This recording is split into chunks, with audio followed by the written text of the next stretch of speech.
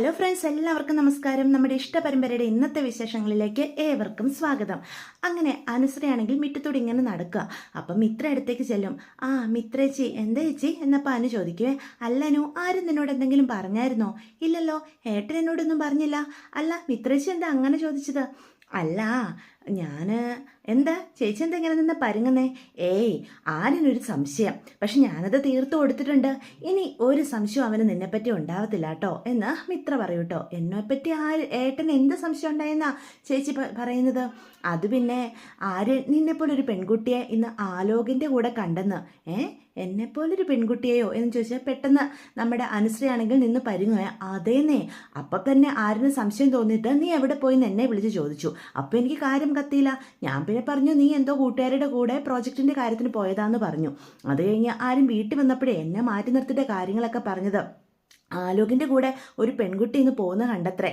അവരെ നാട്ടുകാർ വളഞ്ഞിട്ട് പിടിച്ച് എന്തോ പ്രശ്നമൊക്കെ ആയെന്ന്. അപ്പം തന്നെ നീയാണോ എന്നൊരു സംശയം. നിന്നെപ്പോലൊരു കുട്ടിയാ അതെന്ന് ഞാൻ അപ്പം തന്നെ അവനെ വിലക്കിയിട്ടുണ്ട് എന്ന് അപ്പം പറയൂട്ടോ. അല്ലേ, നമ്മുടെ അനു അങ്ങനെ ആലോകിൻ്റെ കൂടെ ഒരിക്കലും പോകത്തില്ലെന്ന് ഞാൻ അവന് പറഞ്ഞ് മനസ്സിലാക്കി കൊടുത്തിട്ടുണ്ട്. നിനക്ക് അവനെ ഒന്നും ഒരിക്കലും ഉൾക്കൊള്ളാൻ പറ്റില്ലെന്ന് എനിക്ക് നന്നായിട്ട് അറിയാലോ എന്ന് മിത്ര പറയൂട്ടോ. ഇത് കേൾക്കുന്ന അനുസരിക്കുകയാണെങ്കിൽ ആകെ സങ്കടവും കുറ്റബോധവും ഒക്കെ തോന്നുവാണ് കേട്ടോ. ഏടത്തിക്ക് എന്നെപ്പറ്റി ഇത്രയ്ക്ക് വിശ്വാസമുണ്ടോ എന്നൊക്കെ ഉള്ള രീതിയിൽ എന്നിട്ട് ഏട്ടൻ്റെ സംശയം മാറിയോ എന്ന് ചോദിക്കേ. അതൊക്കെ ഞാൻ അപ്പം തന്നെ മാറ്റി കൊടുത്തിട്ടുണ്ട്. നമ്മുടെ അനുവിനെ പറ്റി മേലാൽ ഇങ്ങനെ ചിന്തിക്കുക പോലും ചെയ്യരുത്. അനു ഇത് അറിഞ്ഞു കഴിഞ്ഞാൽ എത്രമാത്രം വേദനിക്കും. അവളുടെ ഏട്ടൻ വേറെ ആരും വെച്ചിട്ടല്ല, ആലോകനം വെച്ചിട്ടാണ് ഇങ്ങനെയൊക്കെ ചിന്തിച്ചതെന്ന് ഓർത്തു കഴിഞ്ഞാൽ തന്നെ അനുവിനത് ഉൾക്കൊള്ളാൻ പറ്റുമോ എന്നൊക്കെ ഞാൻ പറഞ്ഞ് മനസ്സിലാക്കി കൊടുത്തിട്ടുണ്ട് ആര്യന് എന്ന് മിത്ര പറയൂട്ടോ. ഇനി അവൻ ഇങ്ങനെ ഒന്നും ചിന്തിക്കത്തില്ല. നീ അത് ഓർത്ത് ടെൻഷനും ആവണ്ട. അല്ല, ഇനി എന്നോട് ഞാൻ പറഞ്ഞ് മനസ്സിലാക്കിയിട്ടും ആരും സംശയം മാറാതെ നിന്നോടെങ്ങാനും ചോദിച്ചത് നിന്റെ മനസ്സ് വേദനിപ്പിച്ചോ എന്ന് എനിക്ക് അറിയില്ലല്ലോ. അതുകൊണ്ടാണ് ഞാൻ നിന്നോട് വന്ന് ചോദിച്ചത് എന്ന് മിത്ര പറയൂട്ടോ. ഇല്ലേ, എന്നോടൊന്നും പറഞ്ഞില്ല ഏട്ടൻ എന്ന് അപ്പം അനു പറയുവേ. നീ ഇനി അതോർത്ത് ടെൻഷൻ ആവണ്ടെന്നേ. നിന്റെ മനസ്സിൽ പോലും ചിന്തിക്കാത്ത കാര്യമാണ് ആരും ഇന്ന് ചിന്തിച്ചു കൂട്ടിയത്. അതിനുള്ളത് ഞാൻ അവന് കൊടുത്തിട്ടുമുണ്ട്. ഞങ്ങളുടെ അനുവിനെ ഞങ്ങൾക്കറിയാലോ, അവൾ ഒരിക്കലും അങ്ങനെ ഒരു തെറ്റ് ചെയ്യില്ല. ഈ ലോകത്ത് വേറെ ഏതാണിൻ്റെ കൂടെ പോയാലും ഒരിക്കലും ആലോകിൻ്റെ കൂടെ പോകത്തുമില്ല എന്ന് ഞങ്ങൾക്കറിയാലോ. ഈ കുടുംബത്തെ മുഴുവനും അത്രയേറെ ശത്രുതയോടെ കാണുന്ന അവൻ്റെ കൂടെ ഒരിക്കലും അനു ഒരു റിലേഷൻഷിപ്പ് ഉണ്ടാക്കില്ലെന്ന് ഞങ്ങൾക്ക് എല്ലാവർക്കും അറിയാം. നീ ഇനി അത് ഓർത്ത് ഒരു ടെൻഷനും ആവണ്ട. നിന്റെ ഏട്ടൻ്റെ മനസ്സിൽ വീണ കരടും ഞാൻ എടുത്ത് കളഞ്ഞിട്ടുണ്ട്. നീ സന്തോഷമായിട്ട് പഠിക്കാൻ നോക്കാനോ എന്ന് മിത്ര പറയൂട്ടോ. എന്നിട്ട് മിത്ര അങ്ങ് കയറിപ്പോവേ. അപ്പോൾ ഇതൊക്കെ കേൾക്കുമ്പം അനുവിന് ഒരുപാട് സങ്കടം വരികയാണ്. ഇനി ഈ സത്യങ്ങളൊക്കെ അറിയുമ്പം ഒരു രീതിയിലും ഇവർക്ക് ആർക്കും അത് ഉൾക്കൊള്ളാൻ കഴിയില്ലല്ലോ എന്നൊക്കെ അനു മനസ്സിലിങ്ങനെ ചിന്തിക്കുകയാണേ. അതേസമയം ആനന്ദ് തിരിച്ചു വന്നപ്പം ദേവിക്ക് ഇഷ്ടപ്പെട്ട പരിപ്പോടെയൊക്കെ ആയിട്ടാണ് വന്നേ. എന്നിട്ട് ചൂടോടെ ദേവിയുടെ കയ്യിലോട്ട് കൊടുക്കുക. എന്നിട്ട് ചോദിക്കും, ചൂടില്ലേ, എന്നിട്ട് താൻ കഴിച്ചു നോക്കുക എന്ന് പറയും.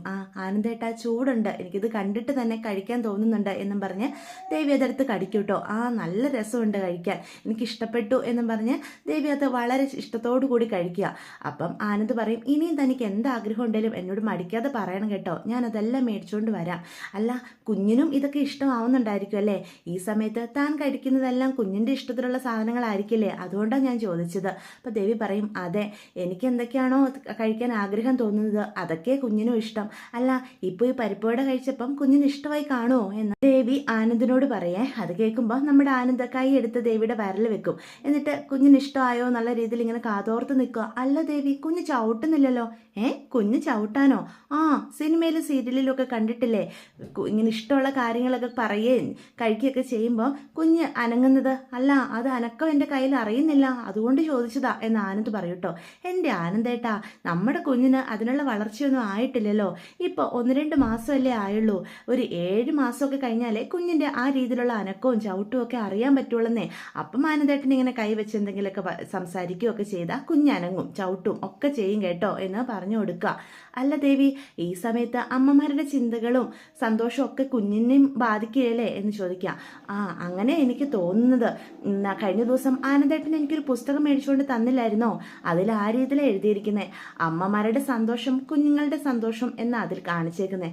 താൻ നല്ല രീതിയിൽ സന്തോഷമായിട്ടൊക്കെ ഇരിക്കണം കേട്ടോ ദേവി. ഇനി താൻ എന്നോട് കള്ളമൊന്നും പറയരുത്. നമുക്കിവനെ സത്യസന്ധനായിട്ട് വേണം വളർത്താൻ.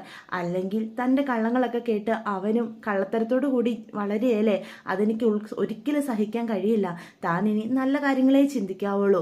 ഇനിയും ഓരോ കള്ളങ്ങൾ പറഞ്ഞു കൂട്ടുന്നതിനെ പറ്റിയൊന്നും ഞാൻ മനസ്സുകൊണ്ട് പോലും ചിന്തിക്കരുത്.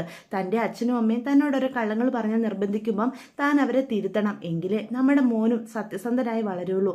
അല്ലെ അവനും കള്ളത്തരങ്ങൾ പഠിച്ച് വളർന്നു പോകും. അതുകൊണ്ടാണ് ഞാൻ തന്നോട് വീണ്ടും വീണ്ടും പറയുന്നത്. അല്ലാതെ തന്നെ വേദനിപ്പിക്കാൻ വേണ്ടിയിട്ടല്ല. നമ്മുടെ കുഞ്ഞ് നല്ലൊരു ഭാവി ഉണ്ടായി നല്ല ജീവിതം കിട്ടാൻ വേണ്ടിയിട്ടാണ് ഈ പറഞ്ഞ് മനസ്സിലാക്കുന്നതെന്ന് പറയൂട്ടോ. അപ്പം ദേവി പറയും, അതൊക്കെ എനിക്ക് മനസ്സിലാവുന്നുണ്ട് ആനന്ദേട്ടാ. എൻ്റെ ഗതികേട് കൊണ്ട് കുറച്ചധികം കള്ളം ഞാൻ പറഞ്ഞിട്ടുണ്ട്. ഇല്ലെന്ന് ഞാൻ പറയുന്നില്ല. എല്ലാം എൻ്റെ ഗതികേടാ. അത് ആനന്ദേട്ടനും അറിയാലോ. ഇനി ഞാൻ ആനന്ദേട്ടനോട് ഒരു കള്ളങ്ങളും പറയില്ല. ഈ കുടുംബം എനിക്ക് ഒരുപാട് ഇഷ്ടമാണ് ആനന്ദേട്ട. സ്വർഗമല്ലേ നമ്മുടെ ഈ കുടുംബം. ഇവിടെ അച്ഛന്, അമ്മ, എൻ്റെ അനിയത്തിമാർ, അനിയന്മാർ, ഇതൊക്കെയാണ് എൻ്റെയും സന്തോഷം. ഇവരുടെയൊക്കെ കൂടെ സന്തോഷത്തോടെ ജീവിക്കാൻ വേണ്ടി, എൻ്റെ നിലനിൽപ്പിന് വേണ്ടി ഞാൻ എൻ്റെ ആനന്ദേട്ടനെ ഒരുപാട് വേദനിപ്പിച്ചിട്ടുണ്ട്. ഒരുപാട് കള്ളങ്ങൾ പറഞ്ഞിട്ടുണ്ട്. ഒരു 100 തവണ ഞാൻ കരുതിയതാ ആനന്ദേട്ടനോട് സത്യങ്ങളൊക്കെ പറഞ്ഞാലോ എന്ന്. പക്ഷെ അതിനുശേഷം ഉണ്ടാക്കുന്ന പ്രത്യാഘാതങ്ങളെപ്പറ്റി ഓർത്തപ്പം എനിക്ക് പറയാൻ തോന്നിയില്ല ആനന്ദേട്ട. എൻ്റെ സ്വാർത്ഥത തന്നെയാണ്. പക്ഷെ ഇനി ഒരിക്കലും ഞാൻ എൻ്റെ ആനന്ദേട്ടനോട് ഒരു കള്ളങ്ങളും പറയില്ല. സത്യമേ സംസാരിക്കുള്ളൂ. നമ്മുടെ കുഞ്ഞിനെ സത്യസന്ധനായിട്ടേ വളർത്തുള്ളൂ. എൻ്റെ ആനന്ദേട്ടനെ പോലെ നല്ലൊരു സ്വഭാവമുള്ള കുട്ടിയാകെ വളർത്തിയെടുക്കുള്ളൂ എന്ന് ദേവി പറയൂട്ടോ. അപ്പം ആനന്ദ് ഇങ്ങനെ ചിന്തിച്ചിരിക്കുക. അതേ ദേവി, നമുക്കവനെ നല്ല ആളായിട്ട് വളർത്തണം. അവൻ ഈ സമൂഹത്തിലൊരു മുതൽക്കൂട്ടാവണം. ഒരിക്കലും ഒരു കള്ളത്തരങ്ങളും അവൻ ആരോടും പറയരുത്. അതെനിക്ക് നിർബന്ധമാണ് എന്ന് ആനന്ദ് വീണ്ടും പറയണേ. എന്നിട്ട് അവർ രണ്ടുപേരും കൂടി അവർക്കുണ്ടാകാൻ പോകുന്ന കുഞ്ഞിനെ പറ്റി ഓരോരോ കാര്യങ്ങളൊക്കെ ഇങ്ങനെ ചിന്തിച്ചുകൊണ്ടിരിക്കുകയാണ് കേട്ടോ. എന്നാൽ രാത്രി ബാലം വന്നു കഴിയുമ്പോൾ നമ്മുടെ ഗോമതിയുടെ ടെൻഷൻ ഇതുവരെ മാറിയിട്ടില്ല. എങ്ങനെയെങ്കിലും ദേവിമല ക്ഷേത്രത്തിൽ പോകണം. അതിനുവേണ്ടി എന്തും ചെയ്യാൻ തയ്യാറായിട്ടാണ് നമ്മുടെ ഗോമതി നിൽക്കുന്നത്. ബാലേട്ട, എനിക്ക് നാളെ തന്നെ ആ ക്ഷേത്രത്തിൽ പോകണം. എൻ്റെ ഗോമതി, നീ ഇങ്ങനെ പറയല്ലേ. നാളെ എനിക്ക് ആ ഡീലറെ കാണാൻ പോകേണ്ടതാ. നമുക്ക് മറ്റന്നാൾ പോയാലോ? പോരാ, നാളെ തന്നെ പോകണം. ഈ കുടുംബത്തിൽ ഒരാൾക്ക് ജീവഹാനി ഉണ്ടെന്നാ പറഞ്ഞിരിക്കുന്നത്. ഓ, നിന്നെ പേടിപ്പിക്കാനായിട്ട് അവർ പറഞ്ഞതാണെങ്കിലോ എന്ന് അപ്പം ബാലൻ ചോദിക്കും. ബാലേട്ട, അല്ല, വളരെ നല്ല സ്ത്രീയാ ഇന്നാ വന്ന കാക്കാത്തി.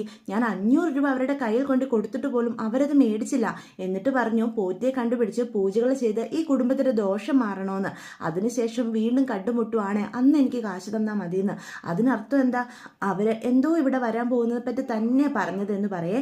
അത് കേൾക്കുന്ന ധർമ്മം പറയും, എൻ്റെ ചേച്ചി, ഇതവര് ചേച്ചിനെ പറ്റിച്ചതാ. ദേ പോടാ, ദൈവദോഷം പറയരുത് നീ. ഇങ്ങനെയുള്ള ആൾക്കാരൊക്കെ ഇപ്പം ഇഷ്ടം പോലെ ഇറങ്ങിയിട്ടുണ്ട്. ചേച്ചിയുടെ കയ്യിൽ നിന്ന് അവർ 500 രൂപ മേടിച്ചിട്ടില്ല. സത്യം പറഞ്ഞാൽ ഇതൊരു അഡ്ജസ്റ്റ്മെന്റ് ആണെങ്കിലോ? അഡ്ജസ്റ്റ്മെന്റോ? എന്ത് അഡ്ജസ്റ്റ്മെന്റ്? അത് ചേച്ചി, ഈ പോറ്റിയും ഈ കാക്കാത്തിയും ഒക്കെ ഒരേ ടീമായിരിക്കും. എന്നിട്ട് ഇങ്ങനെ ആൾക്കാരെ പിടിച്ച് ആ അമ്പലത്തിൽ എത്തിക്കുമായിരിക്കും ഈ സ്ത്രീ.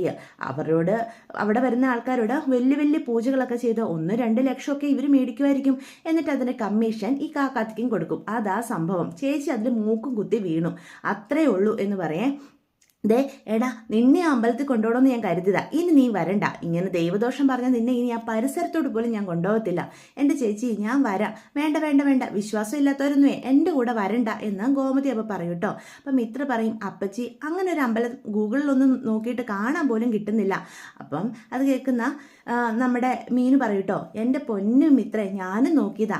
നെറ്റിലൊന്നും അങ്ങനെ ഒരു അമ്പലത്തെ പറ്റിയേ ഇല്ല. അമ്മേ, അവർ പറയുന്നത് സത്യം തന്നെയാണോ? എൻ്റെ പൊന്നെ, നെറ്റിലൊന്നും ഇല്ലെന്നും കരുതി അങ്ങനെ ഒരു അമ്പലം ഇല്ലെന്നാണോ നിങ്ങൾ പറയുന്നത്? നിങ്ങൾ ഈ കാണുന്നതും കേൾക്കുന്നതും എല്ലാ കാര്യങ്ങളും നിങ്ങളുടെ ഗൂഗിളിലുണ്ടോ? ഇല്ലല്ലോ. ഇതും അതുപോലെയാ. ഒരുപാട് ഒന്നുമുള്ള അമ്പലമായിരിക്കില്ല. അതുകൊണ്ടാണ് ആ കുന്ത്രാണ്ടത്തിൽ ഇല്ലാത്തത് എന്നും കരുതി ഞാൻ കണ്ടോ അത് കണ്ടുപിടിക്കും. എനിക്ക് വഴിയൊക്കെ പറഞ്ഞ് തന്നിട്ടുണ്ട് ആ കൈനോട്ടക്കാരി. നിങ്ങൾ ആരും വന്നില്ലെങ്കിൽ ഞാൻ തന്നെ പോകും എന്ന് കോമതി പറയൂട്ടോ. അപ്പം പെട്ടെന്ന് മീനു പറയും, അമ്മ തന്നെയൊന്നും പോകണ്ട, ഞാൻ വരാം. നീ വരുമോ മീനു? നിനക്ക് നാളെ ഓഫീസിൽ പോകണ്ടേ? അതൊന്നും സാരമില്ല, ഞാൻ നാളെ ലീവ് എടുത്തോളാം. ഇപ്പം തന്നെ ലീവ് വിളിച്ച് പറയാം. എന്നിട്ട് നമുക്ക് 2 പേർ കൂടി പോകാം. അപ്പം പെട്ടെന്ന് ധർമ്മം പറയും, ചേച്ചി, ഞാനും കൂടി വരാം. നിങ്ങൾ രണ്ടും തന്നെ പോകണ്ട. നീ വരണ്ട, ഇനി ഞാൻ മീനുവിനെയും കൂട്ടി പൊക്കോളാം. അപ്പൊ ബാലൻ പറയും, അങ്ങനെയാണെങ്കിൽ നിങ്ങൾ 2 പേരും കൂടി പോയിട്ട് പോറ്റിയെ കാണ്. അദ്ദേഹം എന്താ പറയുന്നതെന്നൊക്കെ നമുക്ക് കേൾക്കാം.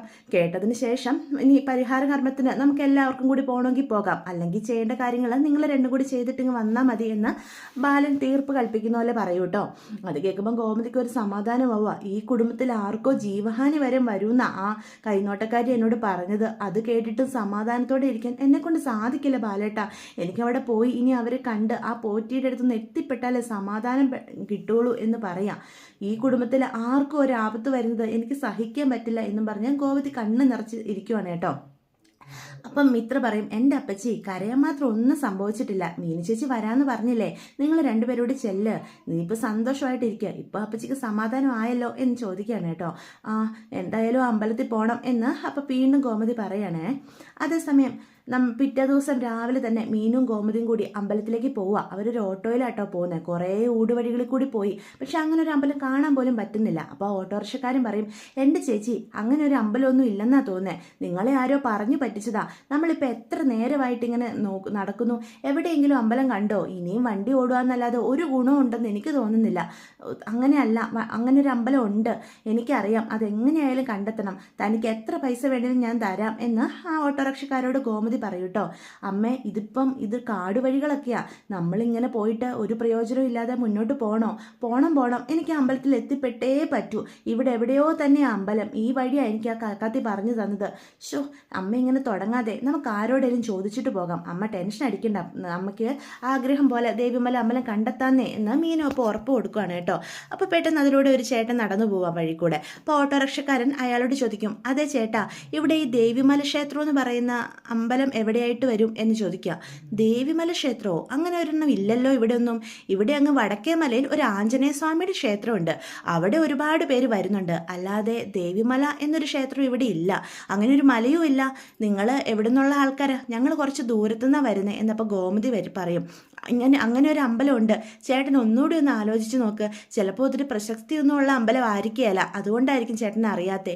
ഏയ്, ഞാൻ ഈ നാട്ടുകാരനാ, ഇവിടെ വർഷങ്ങളായിട്ട് ജീവിക്കുന്നതാ, ഞാനറിയാതെ അങ്ങനെ ഒരു അമ്പലം ഇവിടെ ഇല്ലാഞ്ഞിട്ട് തന്നെയാ, അങ്ങനെ ഒരു പേര് പോലും ഞങ്ങൾ ആരും കേട്ടിട്ടില്ല, ഉണ്ടെങ്കിൽ എനിക്കറിയാതിരിക്കുകയല്ല എന്ന് ഉറപ്പ് പറയുക. പിന്നെ നിങ്ങൾ ഈ വഴി കൂടി അങ്ങ് കുറേ ദൂരം പോയാലും വഴി തീരത്തേ ഉള്ളൂ, അല്ലാതെ ഒരു പ്രയോജനവും ഇല്ല, ഇവിടെ അങ്ങനെ ഒരു അമ്പലമൊന്നും ഇല്ല, നിങ്ങൾ മടങ്ങിപ്പോകുന്നതായിരിക്കും നല്ലത് എന്ന് പറയൂട്ടോ. എന്നിട്ട് ആ വഴിയിലൂടെ പോയ ആളങ്ങ് പോവേ. അപ്പോൾ ഗോമതിക്ക് ആകെ ടെൻഷനാവും, ഷോ ഇനിയിപ്പോൾ നമ്മൾ എന്താ ചെയ്യുക, നമ്മളെ സഹായിക്കാൻ ആരും ഇല്ലല്ലോ. അപ്പം മീന് പറയും, അമ്മേ, അയാൾ പറഞ്ഞത് ശരിയായിരിക്കും, പുള്ളി ഒരുപാട് വർഷങ്ങളായിട്ട് ഇവിടെയുള്ള ആളാണെന്നല്ലേ പറയുന്നേ, അപ്പം ആ കാക്കാത്തിക്ക് തെറ്റുപറ്റിയതാണെങ്കിലോ, അല്ലെങ്കിൽ നമുക്ക് വഴി തെറ്റിയതായിരിക്കും എന്ന് മീന് പറയും. ഇല്ല, ഈ വഴി തന്നെയാണ് പറഞ്ഞു തന്നത്, ഇവിടെ എവിടെയോ ആ അമ്പലമുണ്ട്, എന്തായാലും നമുക്ക് കുറച്ചും കൂടി മുന്നോട്ട് പോവാം എന്ന് ഓട്ടോറിക്ഷക്കാരനോട് പറയേ. അപ്പോൾ ഓട്ടോറിക്ഷക്കാർ പറയും, ആ നിങ്ങൾക്ക് അങ്ങനെ ആഗ്രഹം എങ്കിൽ നമുക്ക് എന്തായാലും മുന്നോട്ട് പോയി നോക്കാം എന്ന് പറയും. പെട്ടെന്ന് വണ്ടിയാണെങ്കിൽ എടുക്കാൻ നോക്കുമ്പോൾ സ്റ്റാർട്ട് ആവുന്നില്ല. ഇത് സ്റ്റാർട്ട് ആവുന്നില്ലല്ലോ എന്ന് ചോദിക്കുക.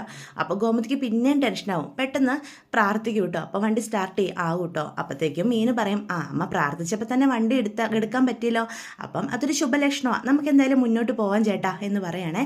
അങ്ങനെ അവർ വീണ്ടും മുന്നോട്ട് കുറേ അങ്ങ് പോവാം. അപ്പോൾ ഒരു ഊടുവഴി കാണും, അപ്പോൾ നമുക്ക് ഇതിലൂടെ ഒന്ന് പോയി നോക്കിയാലോ എന്ന് ഗോമതി പറയും. എന്നിട്ട് വണ്ടി അതിലൂടെയൊക്കെ തിരിച്ച് പോവുകയാണേ. പക്ഷെ ദേവിമല എന്നൊരു സ്ഥലം ഒന്നും കണ്ടെത്താൻ പറ്റുന്നില്ല. കുറേ എത്തിക്കഴിയുമ്പോഴത്തേക്കും വഴി തീരാനായിട്ട് പോവുക. അപ്പോഴത്തേക്കും ഓട്ടോറിക്ഷക്കാരൻ പറയും, ഇനി മുന്നോട്ട് പോകാൻ പറ്റുമെന്ന് തോന്നുന്നില്ല ചേച്ചി, ഇത് ഇത്ര ദൂരമായി എന്ന് പറയേ. അതേസമയം നമ്മുടെ കൃഷ്ണമംഗലത്ത് രാജശ്രീയെ കാണാനായിട്ട് സുകന്യ എത്തിയിരിക്കുക. അപ്പോൾ സുകന്യയെ കാണുമ്പോൾ രാജശ്രീ പറയും, ആരിത് സുകന്യോ, എന്തൊക്കെയുണ്ട് വിശേഷങ്ങൾ, ഇപ്പോൾ കുറച്ച് ദിവസം ആയല്ലോ നിന്നെ ഈ വഴിക്ക് കണ്ടിട്ട്. എൻ്റെ പൊന്നു ചേച്ചി, വിശേഷങ്ങൾ പറയാനാണെങ്കിൽ ഒരാഴ്ച ഇരുന്ന് പറയാനുള്ള വിശേഷങ്ങളുണ്ട്, പക്ഷേ ഇടയ്ക്കിടയ്ക്ക് എനിക്ക് ബാത്റൂമിൽ പോകേണ്ടി വരും. അതെന്ത് പറ്റിയിടി, നീ എന്തെങ്കിലും ആർത്തിമൂത്തെടുത്ത് കഴിച്ചോ എന്ന് രാജശ്രീ ചോദിക്കും. എൻ്റെ ചേച്ചി, ലേഹ്യം എന്ന് പറയുന്ന സാധനത്തെ ഞാൻ വെറുത്തുപോയി. ലേഹ്യമോ? ആ ദേവിക്ക് ഉണ്ടാക്കി വെച്ചിരുന്ന ലേഹ്യം എടുത്ത് ഞാൻ കുടിച്ചു. എൻ്റെ ദൈവമേ, എന്നിട്ടോ നിനക്ക് വയറ്റിന് എന്തെങ്കിലും ഉണ്ടായോന്നോ? ചത്തുപോയില്ലെന്നേ ഉള്ളൂ. അതായിരുന്നു എൻ്റെ അവസ്ഥ. ടോയ്ലറ്റിൽ നിന്ന് ഇറങ്ങാൻ പറ്റുന്നില്ലായിരുന്നു. അതുമാത്രമോ, ദേഹം മുഴുവൻ ഒരു മരവിപ്പായിരുന്നു, തലയ്ക്കൊക്കെ ഭയങ്കര ഭാരം. മടുത്തുപോയി ഞാൻ. നിന്നോട് എന്തിനാ ആവശ്യമില്ലാത്ത സാധനങ്ങളൊക്കെ എടുത്ത് കഴിക്കാൻ നോക്കിയത് എന്ന് അപ്പം പെട്ടെന്ന് രാജശ്രീ ചോദിക്കും. എൻ്റെ ചേച്ചി, നല്ല ടേസ്റ്റ് ആയിരുന്നു, ഞാൻ അതുകൊണ്ട് എടുത്ത് കഴിച്ചു. അത് ലേഹ്യമാണെന്ന് എനിക്ക് അറിയത്തില്ലായിരുന്നു. ഇതെങ്ങാനും ആ ദേവി കഴിച്ചിരുന്നെങ്കിൽ അവളും അവളുടെ കൊച്ചിൻ്റെ അവസ്ഥ അതോ ഗതിയായി പോയനെ. അത്രയ്ക്കും കൊള്ളില്ലാത്തൊരു സാധനമായിരുന്നു അത് എന്ന് പറയാം. അല്ല, അവിടെ എന്തൊക്കെയുണ്ട് വിശേഷം എന്നപ്പോൾ രാജശ്രീ ചോദിക്കും. അവിടെയോ? അവിടെ ഏതോ ഒരു ഈ കാക്കാത്തി വന്നെന്നോ കൈ നോക്കിയെന്നോ എന്തോ ദുരന്തം ഉണ്ടാകാൻ പോകുന്നു എന്നൊക്കെ പറയുന്ന കേട്ടു. ദുരന്തമോ? അതെ ചേച്ചി, ഗോമതി ചേച്ചിക്ക് ആകെ ടെൻഷനായിട്ട് ഇരിക്കുക. ആ കുടുംബത്തിൽ ആർക്കോ ജീവഹാനി ഉണ്ടാകാൻ പോകുവാണെന്ന് ആ കാക്കാത്തി പറഞ്ഞത്രേ. അതുകൊണ്ട് ഇന്ന് മീനുവിനും കൂട്ടി ഗോമതി ചേച്ചി ഏതോ ഒരു അമ്പലത്തിൽ പോയിരിക്കും. ദേവിമല, ആ അമ്പലത്തിൽ പോയിരിക്കോ പരിഹാര കർമ്മം തേടി. ജീവഹാനി ഉണ്ടാകുമെന്ന് പറഞ്ഞത് എന്നെ ഉദ്ദേശിച്ചിട്ടായിരിക്കും. ഞാൻ മരിച്ച് ജീവിച്ച് വന്നതാ എൻ്റെ ചേച്ചി. അതുപോലെ ദുരവസ്ഥയായിരുന്നു എനിക്ക്. നീ ഒന്ന് തെളിച്ച് പറ എൻ്റെ സുകന്യ, നീ എന്തൊക്കെയായി പറയുന്നേ? അതല്ലേ ഞാൻ ചേച്ചിയോട് പറഞ്ഞത്. അവിടെ ഒരു കൈനോട്ടക്കാരി വന്നു, അവരവിടെ എന്തോ അപകടം വരാനുണ്ടെന്ന് പറഞ്ഞു.